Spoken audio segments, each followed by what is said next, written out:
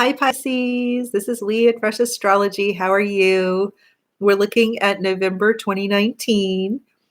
So before we get started, I am no longer at freshastrology.com. I have now combined my coaching and astrology websites into one place. The address is leesears.com. I put in the description the address so you can find it. And there, I don't do a lot of personal readings. I only work with clients I've had before, but I do have something called the Membership Lounge, which you can join for a fee.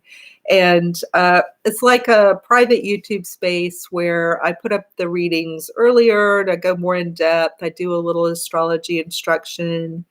I do weekly forecasting. And hi, Darlene Lopez. How are you? And we're also, for people who see this later, this was live, so I'm chatting with people over here on the side sometimes. But what else do you need to know about the lounge? Let's see, I said astrology basics we do, weekly readings, more in-depth readings, and once a month I will pick somebody to do a free reading, and we'll do that within the lounge space so people can listen to it and maybe resonate with it if you share signs, and also learn a little bit about how I look at a chart and work with people. So come find us there at the Membership Lounge at my new website. And we are going to look at 4 transits for the month of November. We start with on November 5th, we have Mars square Pluto. So in your chart, Mars is in Libra, and it's in Libra for everybody, just so you know. But for you guys, it's in this area called the 8th house. And the 8th house it has many meanings. I usually just kind of give the highlights, but you can go really deep. You can dive deep into any of these houses for their metaphorical meanings. But on the surface, it has to do with your money. And it has to do with sometimes your kind of how you're relating with somebody you're close to on an intimate level. So often people interpret that to mean sex, and it can mean sex, but really, especially with Libra here, it's really about a meeting of the minds. I think a lot of Pisces, actually, when they get really close to someone, like the closest they can possibly get to someone, it's really a meeting of the minds. And there's this desire for total harmony and balance. So that's what, and like I just described what your ideal relationship is. With Mars here, definitely could be a time that is, where there's opportunity to improve your sex life with Mars here, quite frankly. But it's also about putting energy into how you allow yourself to open yourself and become more vulnerable in a trusting relationship. So that's one of the possibilities. And then it's also a great time to deal with, facing your fears, gathering more courage around whatever your fears are. And for many of you, they're money fears. And so it's a time when you can, with Mars here, you can really put energy and momentum into improving your finances, managing your finances, getting everything in order, pushing for what you need, like if you need a loan, or you just need energy to create some kind of movement or change in your financial management. It can also show sometimes a person, Mars can show a person who's helping you get things moving along. Some of you may actually be moving. There's that possibility too. And this is more like either you're moving a distance or there's an actual transaction. I think the people who are moving, it's more likely that either they're moving a distance or they're selling and purchasing. It's not as much about getting a new apartment unless you're moving a distance.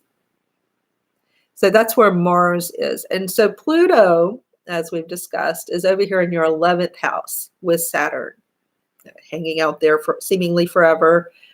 When there's a square, I know it always sounds bad, but it's really an opportunity as well. And this is where you get kind of leverage. I've used the idea of leverage. It's like poking, a stick in the ground and using it to jump over something. This leverage, or using it to move a big, immovable thing using leverage. You can kind of do this. So as we've discussed in the past, there is dreamy and like visionary as Pisces is, and is kind of born that way.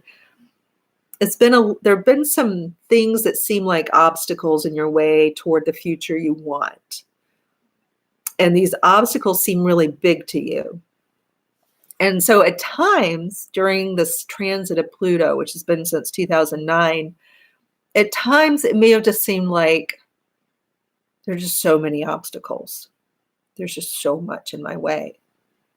There's so many things I have to get past. I don't, we'd have to see like how old are you, what exactly is going on. But it can seem like, I think at times for you guys, like the road's just really long and it's hard to see the clearing, or the light in the distance. Sometimes, not always. Some of you though have been like really working it, like using this Capricorn energy to plan your future, to really put things in place, to build whatever it is you think you need to build to get the life you want. So some of you have been really working in earnest to lay the proper foundation, and you have a plan. And I think at this point in time, you can expect over the coming month of November and onward, some pretty massive payoff. I think some of you are about to really reap the reward. It's time to harvest. You planted the seeds, you tended the soil, you were patient, you nurtured the seedlings, you really stuck with some things. And now I think there's this opportunity for a pretty significant harvest for many of you. So I think some things are really coming together in your career zone, shaping your future in a new way. And I think it's kind of an exciting time for you guys. Forget the square thing. Like, who cares it's a square? But I think you can leverage some things, some financial stuff to get what you want, is the way I see it. Now, will it be that way for everybody? No. Everybody's a little different, but I think that's the opportunity there. So let's move on to the full moon on the 12th. This is taking place across the zone of the 9th and 3rd houses. This is where Scorpio is in your 9th, Taurus is in your 3rd. And so the full moon can do a variety of things and, kind of manifest itself in your life in a variety of ways. But, most notably, you can look at it as shedding a light on some things, having a realization, finally being able to see something that you couldn't see before. And also sometimes things coming to fruition or closure. So this area has a lot to do with education and learning and teaching, writing. It also has to do with commuting and travel. So I could see you guys ending a course of study, or if, like, let's say you're developing a course of study, you conclude that project, you conclude a writing project, or you're taking a course of study and you finally see something that you've never been able to see before. You finally get some idea, and it really is like a light bulb goes on here. It could be like just a more mundane thing. And of course, this isn't going to apply to all of you, but this is where language is in these two areas. You're trying to learn a foreign language, and it's been work, and it's just like you'll never get it. This could be the feeling. And then suddenly you have a dream and it's in the foreign language. Suddenly you're just realizing you understand the people around you. Light bulb moment. And with Uranus here, it could be just like night and day. Like on Monday, you had no idea what people were saying, or you could understand very little. You wake up Tuesday, you understand everything. It could be a little like that, but not just with language. It could be with any topic. Suddenly you're like, oh, I really get it now. I get it. Or maybe if you're teaching, you figure out, oh, this is the way I should teach it. This is the way I reach people. Or maybe you get feedback that you've really, like, people see what you're trying to say or something like that. Could be something like that. Let's move on to Venus is conjunct Jupiter, November 24th. Let me see if anybody's here. I see Joe and Darlene. Joe is in New Zealand. Wow, Joe. 3:50 a.m. What are you doing up? Why are you up at 3:50 a.m.? Are you having trouble sleeping? Is that one of the meanings of some of what we're talking about? Laura Ferris says, I so need an amazing month financially, physically, mentally, and emotionally. Okay. So Laura's kind of speaking like the Pisces I was mentioning before, the person who has some fears around,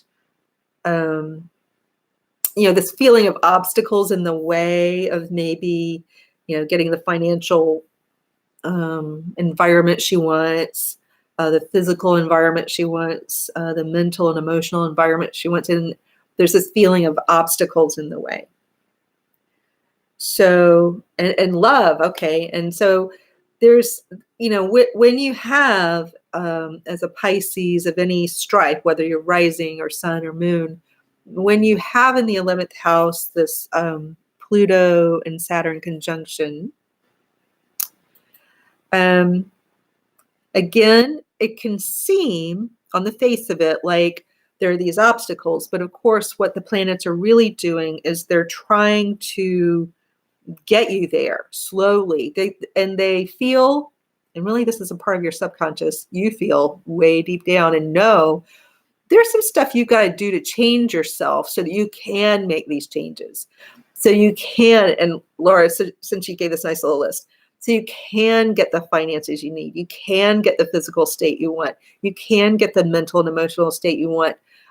There's got to be some intentional effort to maybe just allow transformation to happen, to allow yourself to change somehow.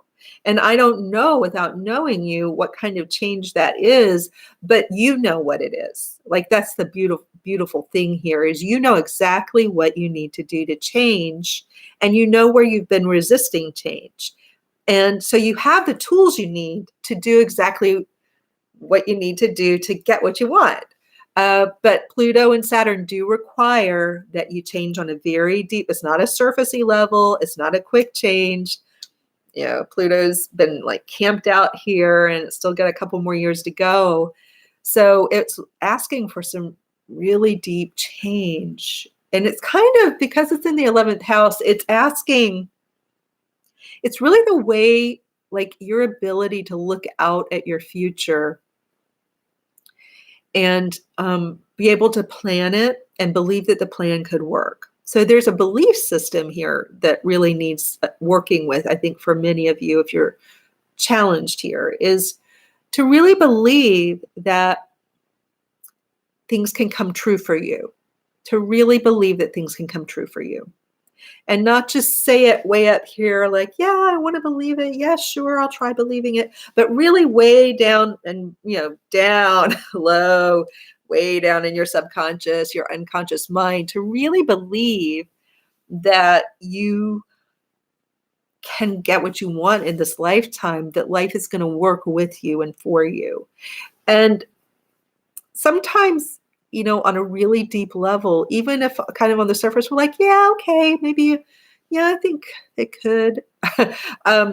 Way, way down somewhere we've been hardwired by past past conditioning, stuff our parents said, stuff we have believed through our whole life, it tells us otherwise. Kind of drawing a blank. I'd have to work with an individual person's situation to try to show you an example, but that's just how it works. We do get kind of wired by past conditioning. And sometimes if we've had a lot of negative messaging around how good things can happen to a person or whether or not things are feasible for us as individuals, we take it in and it's just rattling around in there and acting as resistance to being positive or having faith or really seeing a path forward. And so I think what's being asked here for you guys is to recognize that that could be true.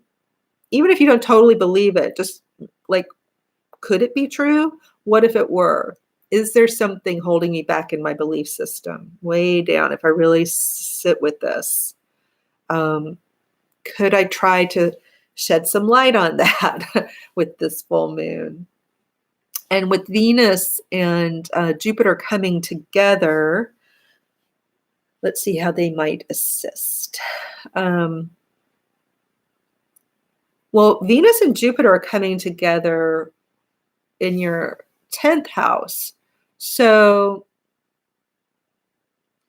I think, especially for the people who are looking for a job and financial improvement, I think that's one of the bigger things that could happen for you this month. Especially if you put a lot of energy into looking with Mars out here in the 9th house, kind of pushing, well, the 8th and 9th. The 8th is your financial fears, but also it's pushing into the 9th house to get you out, get yourself seen, get your own message out there. Do you need to tell people you're looking? Do you need to let your boss know you want to raise? What information, what do you need to learn, and what message do you need to spread so that you can bring the opportunity in? Let people know that you're looking for opportunity and believe that maybe if you did that, it might work. One of the coolest things that could happen for a Pisces this month is to get some sort of really lucky financially beneficial something to do with your career and your future. So there's a lot of promise here for you guys. It seems, and also there's this opportunity to begin to see your future in a new way. But with astrology, we don't want to wait around and just say, well, Jupiter is going to bring this to me. Jupiter is going to help me with Pluto. Jupiter is going to help me with Saturn. Mars is going to give me energy. I'll just sit here and wait. We can't do that. We have to decide how am I personally going to use this energy? I've got this Mars energy to work on my finances, to deal with my fears, to work on any intimacy issue, being vulnerable, stuff like that. Okay, I'm going to use that. And then later in the month, Mars is going to help me get the message out, do marketing, travel, teach, learn, whatever fits where you are, what's going on for you. Mars is going to give me this energy. And there's this really beautiful moment on November 24th when Jupiter and Venus come together in my 10th house, right? Kind of on the cusp of the 10th and 11th. And it reads both ways and will increasingly bring some sunshine and light to this area of the 11th house where I've seen obstacles. So it's a very promising month, is what I want to say. And the new moon, let's look exactly where it is. The new moon happens pretty much in the same area of career, right at your midheaven. So some new starts financially with jobs, opportunities. There's a lot of activity here. So for anybody who's looking to improve finances, if that's one of your goals, and I'm of the belief, being a woman who's, gone through a lot, who's been an at-home kind of stay-at-home mom and then had to go back in the workforce, after a divorce. And I am of the belief that, having your financial base strong is the way to go. It gives women in particular, gives everybody freedom to have a financially strong base underneath your feet, that you can stand on. Money matters in this world. We can't live on air.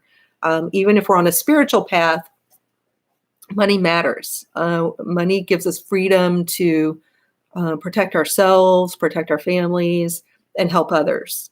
It's harder to help others when we don't have money. It makes and having less money makes us far more myopic and concerned about our own survival. So having money, I think, is a spiritual thing, to allow money to come in, to not close ourselves off to it. So that's, I could go on and on about this, but especially for women, but men too. Getting that financial base strong and really going after that is important. It gives you so much more freedom and the ability to help not only yourself, but others. So there's some new opportunity here that seems exciting to me as an astrologer for you. So let's let me know as the month unfolds what happens. Oh, good. Looking with an open heart for a new job. Good.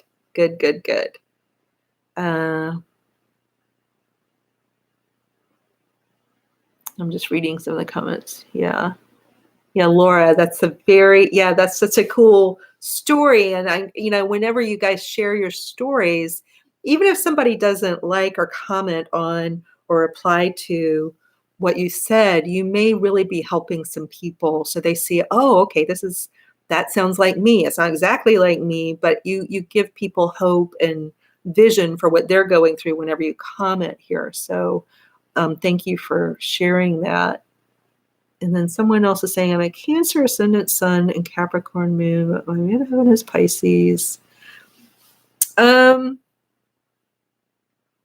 It's harder. You have to be kind of good at, you can, if you're not really a Pisces, but your Pisces is in a certain place in your chart, you can read Pisces for your midheaven, but you have to kind of do it in a certain way I don't want you to have the full expectation, the person who asked this question, KBT, I don't want you to have the full expectation that you would have the same experience as a Pisces rising. But, with Pisces midheaven, I really think it's far more accurate to be looking at that Neptune, which is very powerful. We haven't discussed Neptune in this reading, but Neptune in and of itself is quite powerful. And that's another conversation, but I think that's more where you want to be. There is a way you can, and I've done it. It just takes forever. It's very detailed, and you have to, there's kind of a method for doing that, what you're asking here. Just going by what sign rules a particular house, and then looking at what's going on for that sign and then applying it to that house. It is, I just want you to know yes, it's possible. I've done this. It's sort of a game and like a puzzle, and it's surprisingly powerful. But again, it's slightly different.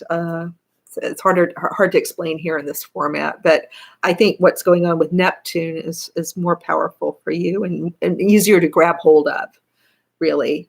So thank you guys for being here. Again, I talked around different things, but the new moon is happening right at your midheavens, which is very cool. So, we're ending on a high note here. There's some really neat things happening in your career and just kind of the way you see your future, which has been problematic for you. So I think it's going to be a nice month, and I want you to try to believe and be open to those opportunities Laura says she's going to do. All right, guys, take care.